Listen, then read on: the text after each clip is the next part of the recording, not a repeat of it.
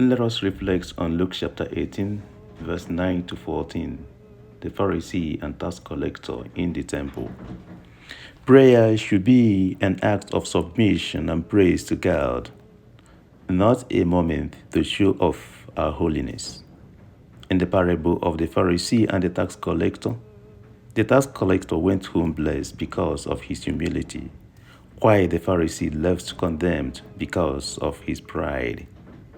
Dear friends, let us always humble ourselves before the Lord, for none of us is worthy before Him. La oración debe ser un acto de sumisión y alabanza a Dios. Nunca debe convertirse en un momento para presumir o demostrar nuestra santidad.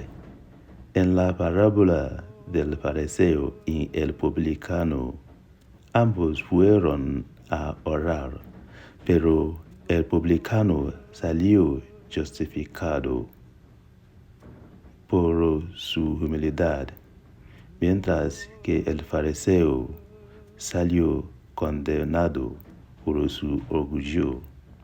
Queridos amigos, humillemos siempre ante el Señor, porque ninguno de nosotros es digno delante de Él.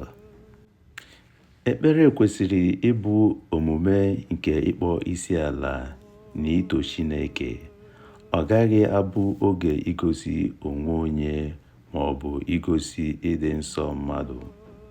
N'akụkọ onye Farisii na onye ọna ụtụ, ha abụọ gara ikpe ekpere.